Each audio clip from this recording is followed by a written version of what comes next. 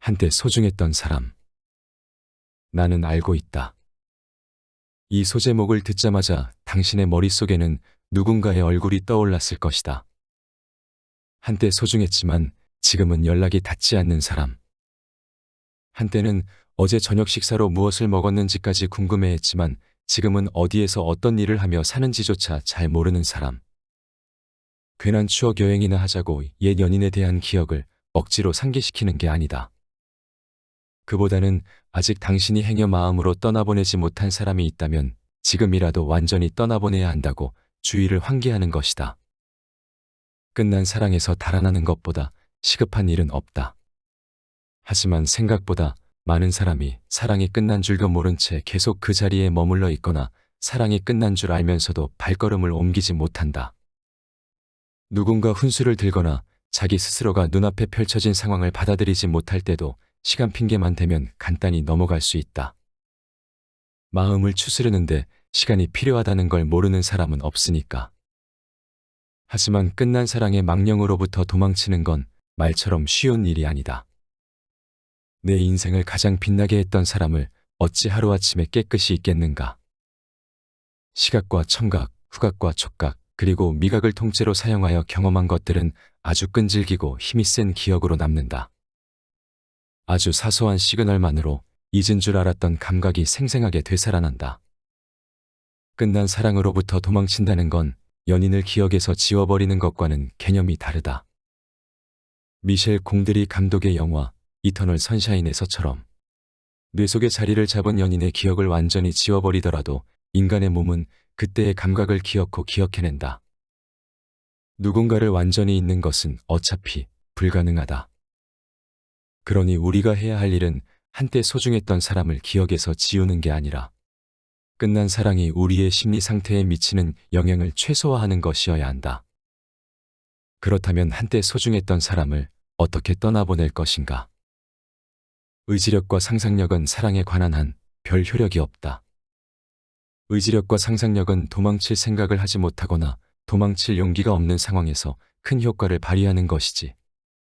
끝난 사랑처럼 도망쳐야 하는 걸 너무나 잘 알면서도 또 도망칠 용기가 차고 넘치는데도 도망치지 못할 땐 아무런 힘을 발휘하지 못한다. 우리보다 오래 산 어른들이 하는 조언도 시간이 약이다라거나 사랑은 다른 사랑으로 있는 거다 정도가 고작이다. 틀린 말은 아니지만 역시 온전한 답이 될 순 없다. 정신분석학이나 심리학은 충실한 애도의 과정을 거칠 것을 주문한다. 솟아오르는 어떠한 감정도 억누르지 말고 충분히 슬퍼하고 아파하고 분노하라고 한다. 그러면 결국 저절로 통증이 줄어들고 상처가 아물면서 모든 것을 수용하게 될 것이라고 말한다. 고개가 끄덕여지는 설명이긴 하지만 그래도 뭔가 빠진 듯하다. 어떻게 그러니까 무슨 원리로 그 모든 것을 수용하게 된다는 말인지는 잘 이해가 되지 않는다. 정말 저절로 그렇게 되는 걸까? 이 정도로만 대충 이해하고 넘어가도 도움은 되지만 여기에서 말하는 저절로의 시스템까지 알면 끝난 사랑에서 도망치는 게 조금은 더 쉬워진다. 다음 설명은 내 나름대로 해석한 프로이트의 이론이다. 프로이트는 사랑을 성적 에너지인 리비도의 접착으로 이해했다. A가 B를 사랑한다는 건 곧 A의 리비도가 B에게 달라붙는 것을 의미한다. 반대로 이별은 리비도를 회수하는 것이다. 문제는 우리 모두 공감하다시피 리비도의 회수가 마음먹은 대로 되지 않는다는 데 있다. 리비도는 이렇게 스스로 저지된 상태에서 쾌락 원칙에 따라 충당된 에너지를 배출시킬 수 있는 어떤 다른 출구를 찾아야 한다. 리비도는 자아에서 벗어나야만 한다. 프로이트는 리비도가 출구를 찾기 위해선 자아에서 벗어나는 수밖에 없다고 말한다. 그러니까 A가 B에게서 리비도를 회수하는 가장 좋은 방법은 A가 자아에서 벗어나 B가 가진 어떤 중요한 특성을 자기 마음속에 이식하는 것이다. 내 안에 사랑하는 사람의 일부가 자리 잡을 때만 우리는 그 사람을 진정으로 떠나보낼 수 있다는 말이다. 프로이트의 다른 해석들과 마찬가지로 증명할 길이 없는 상상력 가득한 이론이지만 이런 애도의 프로세스를 이해하면 끝난 사랑으로부터 도망치기가 한결 수월해진다. 다시 말해 억지로 기억을 지우거나 사랑하는 사람에게서 받은 여러 영향으로부터 완전히 벗어나려 애쓸 것이 아니라 오히려 사랑하는 사람의 일부를 내 것으로 만들려고 노력해야 한다는 것이다. 그리고 실제 그것이 가능할 때에야 우리는 비로소 제대로 이별할 수 있다.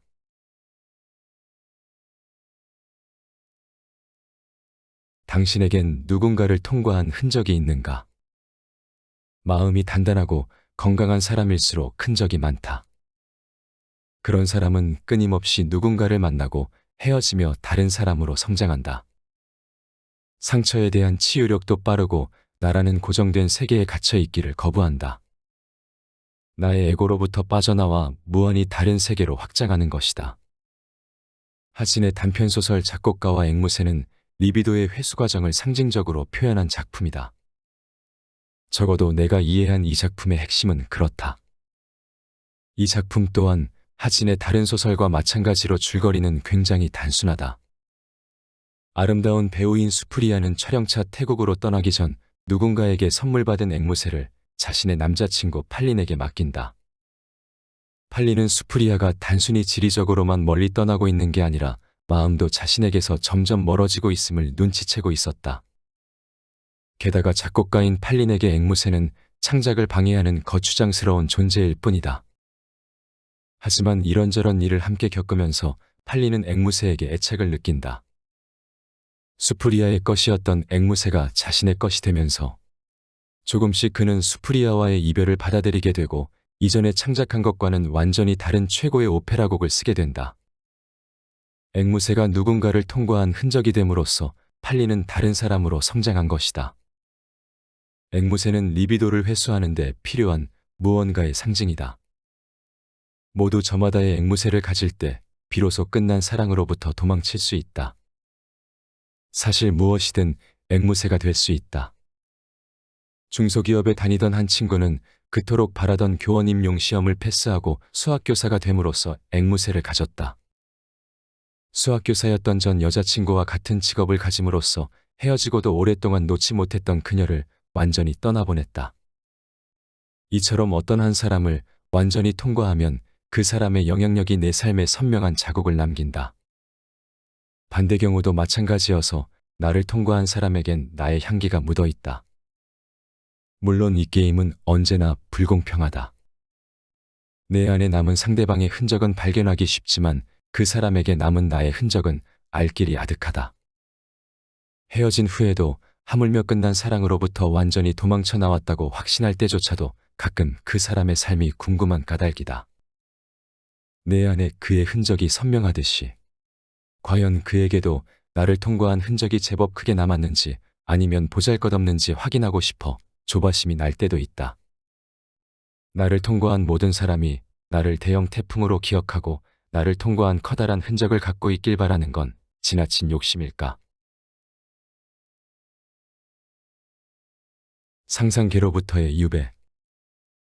사랑의 단상에서 롤랑 바르트는 내가 이 책에서 끝난 사랑으로부터 도망치기라고 말한 것을 좀 더 그럴싸하게 상상계로부터의 유배라고 표현한다. 프랑스 정신분석학자 자크 라캉은 우리가 경험하는 세계를 상상계와 상징계와 실제계로 구분했다. 언어라는 상징으로 이루어진 현실 세계가 상징계라면 언어를 갖지 못한 그 이전의 세계, 즉 이미지로 이루어진 허구의 세계가 상상계다. 마지막 실제계는 우리가 가닿을 수 없는 언어라는 상징으로는 도무지 표현할 수 없는 진짜 세계를 가리킨다. 롤랑 바르트는 인간의 사랑을 상상계에서 하는 경험으로 파악했다. 우리가 했던 사랑을 떠올려 보면 어떤 맥락인지 감이 좀 잡힐 것이다. 우리는 마치 언어를 갖지 못한 어린아이처럼 상상 속에서 얼마나 많은 이미지를 쌓고 또 무너뜨렸는가. 우리는 빗방울이 되어 연인을 흠뻑 적시기도 하고 밤새도록 연인을 꿈꾸는 바람에 밤하늘에 긴 금이 가기도 한다. 바람도 없는데 괜히 몸을 뒤뉘이기도 하고 밤나무에 기대 그 짓을 하는 바람에 여러 날 피울 꽃을 한나절에 다 피워놓기도 한다. 이처럼 수많은 이미지가 우리의 세계를 풍성하게 채색하고 덕분에 그 어떤 때보다 강렬한 기억이 우리의 삶을 가득 채운다. 바로 이런 특성 때문에 롤랑 바르트는 사랑이 끝난다는 걸 이미지의 장례를 치르는 일이라고 표현했다. 사랑이 끝나면 별과 비와 바람과 꽃도 함께 죽는다. 온갖 화려한 색으로 가득했던 세계는 삽시간에 잿빛으로 변하고 자극적인 향과 맛도 사라지며 기분 좋게 살랑이던 촉감도 무감각해진다. 상상계로부터 유배를 당하고 상징계에 철저히 갇히는 것이다.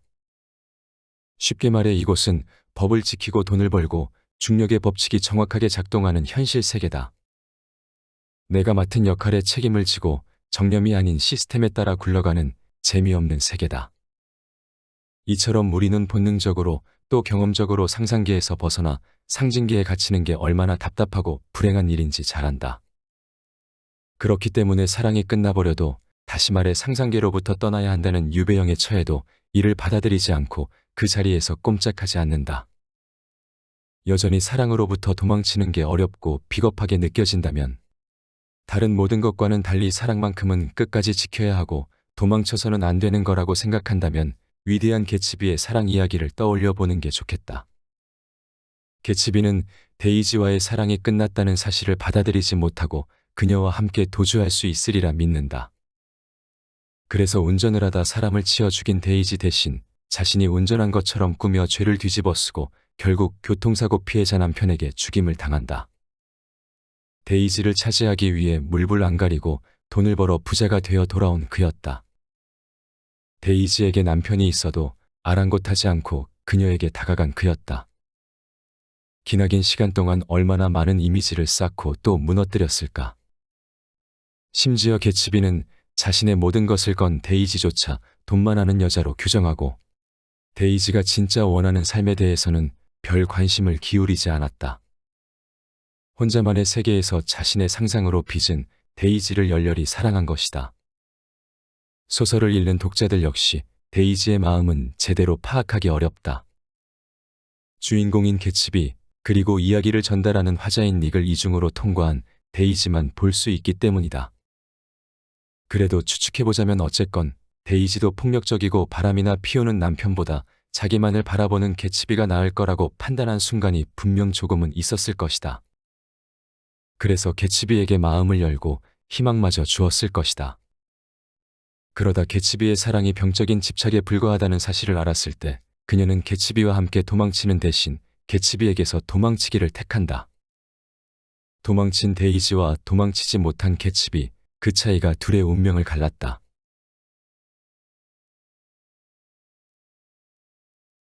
나에게서 도망친 사람들. 마크 웹 감독의 영화 500일의 썸머부터 마리오 바르가스 요사의 소설 나쁜 소녀의 짓궂음까지 남자가 되지 못한 친구의 이야기는 끝없이 펼쳐진다. 사귄 지 얼마 안 되어 차였을 때 분명 온갖 하트 시그널과 그린 라이트가 있었기에 그렇게 어이없이 차이는 게 당최 이해가 되지 않았을 때 그럴 때도 나는 내 감정에 오롯이 취하지는 않았다. 신세를 비관하거나 상대를 탓하는 건 잠시였고 금세 정신을 차려 최대한 이성적으로 이 문제를 바라보려고 노력했다. 그때마다 답은 하나였고 너무나 단순했다. 나를 좋아하지 않는다는 것, 그 이상도 이하도 아니었다. 다른 설명이 필요하지 않지만 굳이 부연하자면 그들은 나를 잠깐 좋아한다고 착각했으나 이내 그렇지 않다는 사실을 깨달은 것뿐이었다. 이 답을 얻고 나면 모든 건 지극히 단순해졌고 이해하지 못할 것이 하나도 없었다. 다른 모든 건 부차적인 게 되어버렸다. 그녀가 나쁜 소녀인 것도 비치인 것도 아니었고 내가 남자로서 매력이 부족한 것도 아니었다. 그건 사실이 아니라 해석이고 증명할 길도 없는 추측이었다. 그저 상대방이 나를 좋아하지 않는다는 것이 내가 짐작할 수 있는 사실의 전부였다. 여기에 누군가의 잘잘못이 끼어들 틈은 조금도 없었다. 이 사실을 받아들이면 사랑은 복잡할 것 하나 없었다. 나는 오히려 자기 마음을 깨닫자마자 나를 떠난 모든 이들에게 감사했고 나 역시 언제든 아니다 싶으면 두 번 생각하지 않고 그들을 떠났다. 감정이라는 게 자고로 착각하기 쉬운지라 좀 이랬다 저랬다 하는 것일 뿐. 의도치 않게 어떤 상처를 주고받을 수는 있을 뿐. 그건 떠나는 자의 잘못도 아니고 남는 자의 잘못도 아니었다. 나는 그런 경험이 없어 함부로 말할 수는 없지만 오래 사귀다 헤어진 경우도 마찬가지 아닐까. 더 이상 좋아하지 않을 뿐이니까. 시간이 흐르면 모든 건 변하니까. 비통하게도 사랑이 그 변한 것 가운데 하나라면 헤어지는 게 맞는 거니까. 그렇게 생각하면 뭐 배신이니 내가 나한테 어떻게 그럴 수 있냐느니 하는 말 따위는 무의미해지는 게 아닐까. 자신이 가해자가 된 것 같아 괴롭건 피해자가 된 것 같아 괴롭건 간에 사랑 때문에 힘들다면 이 사실 하나만은 좀 기억해 두길 바란다. 좋아하지 않는데도 도망치지 않는 것, 그게 진짜 서로에게 못할 짓이다.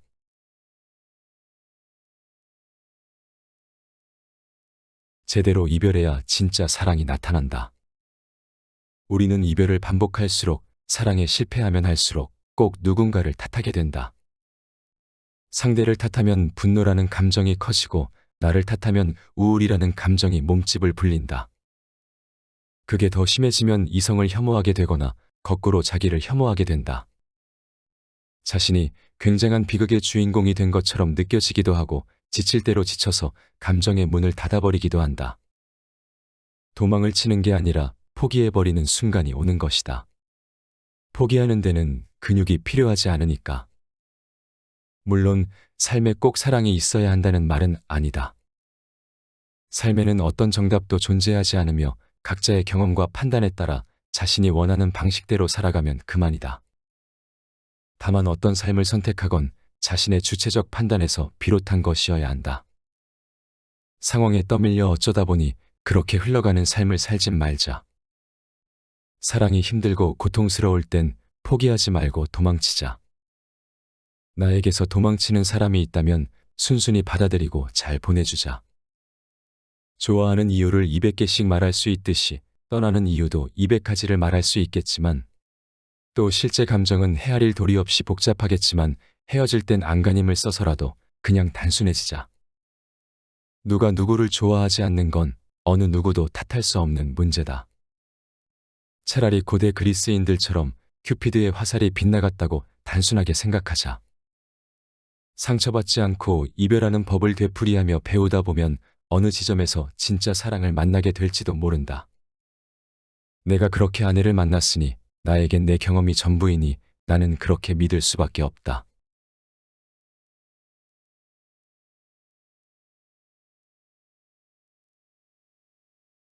앞에서 소개한 내용은 나는 도망칠 때 가장 용감한 얼굴이 된다에서 가져왔다. 한때는 소중했지만 지금은 연락이 닿지 않는 사람. 한때는 어제 저녁 식사로 무엇을 먹었는지까지 궁금해했지만 지금은 어디에서 어떤 일을 하며 사는지조차 잘 모르는 그런 사람. 당신에게도 그런 사람이 있었을 것이다. 여전히 그 사람을 잊지 못하고 가슴 아파할 수도 있다. 하지만 저자의 말대로 이제는 끝난 사랑에서 달아나야 한다. 이 과정이 매우 고통스럽겠지만 제대로 이별해야 진짜 사랑이 나타난다. 여전히 어려움을 겪고 있는 당신을 위해 임경선 작가의 글이 힘이 될 것 같아 소개하겠다. 세상에는 시간이 어느 정도 경과하지 않으면 해결되지 않는 일들이 있는 것이다. 혹은 세상에는 시간만이 해결할 수 있는 것들이 있다. 천천히, 그러나 확실하게. 긴 시간이 지나도 해결되지 않는다면 스스로가 그 상황에서 벗어나기 싫은 것은 아닌지 자문해 볼 필요가 있다. 시간이 이별의 고통을 해결해 주기를 기다리면서 내가 할 수 있는 것들이 있다. 몸을 움직여보는 것, 일상을 지켜나가는 것, 평소대로 규칙적인 생활을 하며 살아가는 것. 이런 행동들은 나를 추스르고 중화시키는 역할을 하면서 이별의 고통을 서서히 극복할 수 있게 돕는다. 시간을 아군 삼아 버티는 일이 상처받은 사람이 할 수 있는 유일한 최선이다. 그러는 동안 비는 언제나 반드시 그친다.